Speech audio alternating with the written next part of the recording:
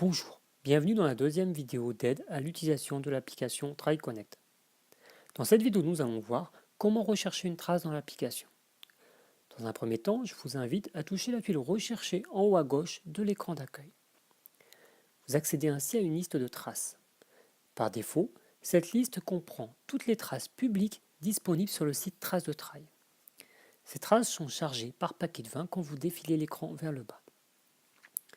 Pour chaque trace, vous disposez de plusieurs informations, le nom de la trace, le lieu de départ, la distance et les dénivelés positifs et négatifs. Pour certaines traces, vous trouverez à gauche un logo avec 3 coureurs qui vous indique que la trace est une compétition.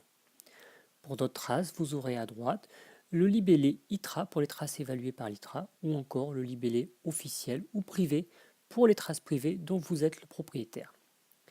Pour filtrer la liste des traces, utilisez le bouton Loupe en haut à droite de l'écran.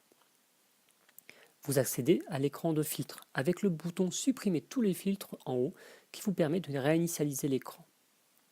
En dessous, vous trouverez les traces non enregistrées. Nous reviendrons dessus dans une prochaine vidéo. D'autres filtres sont disponibles plus bas. Vous pouvez ainsi rechercher parmi vos traces favorites, vos dernières traces vues, que ce soit dans l'application TryConnect ou sur le site Traces de Try. Vous pouvez également filtrer par type de parcours, autour d'un lieu, que ce soit votre position ou un lieu prédéfini. Vous pouvez filtrer par nom de la trace, par pays, distance, dénivelé positif et négatif ou par l'auteur de la trace. Nous allons faire un exemple, ainsi je vais rechercher toutes les traces à moins de 100 km de ma position et qui sont classées en parcours officiel. Pour valider, utilisez le bouton en haut à droite avec la coche.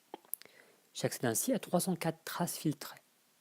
Je vais préciser mon filtre et je vais ainsi spécifier que les traces qui m'intéressent font entre 50 et 75 km de distance et qu'elles ont un dénivelé positif supérieur à 1500 mètres. Pour valider, j'utilise de nouveau le bouton avec la coche en haut à droite. Je restreins ainsi la liste des traces filtrées à 23 traces. Dans la liste, on constate que certaines traces possèdent des étoiles en bas. Ça signifie qu'il y a une réalisation ajoutée sur ces traces. Je retourne sur l'écran de filtre, je vais supprimer tous les filtres en cours et je vais ajouter un filtre personnalisé grâce au bouton plus. Ce filtre personnalisé concerne un auteur. Je vais rechercher toutes les traces dont l'auteur est Yann du team Traces de Try.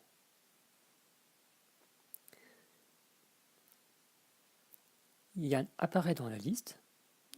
Donc le filtre est ajouté, il est par défaut sélectionné.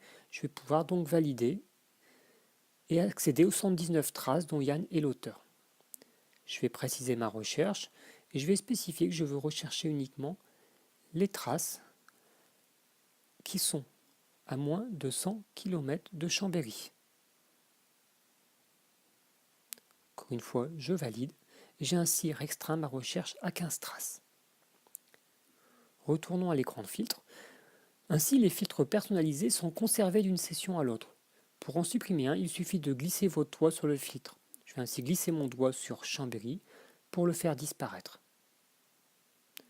Je vais supprimer tous les filtres et je vais valider.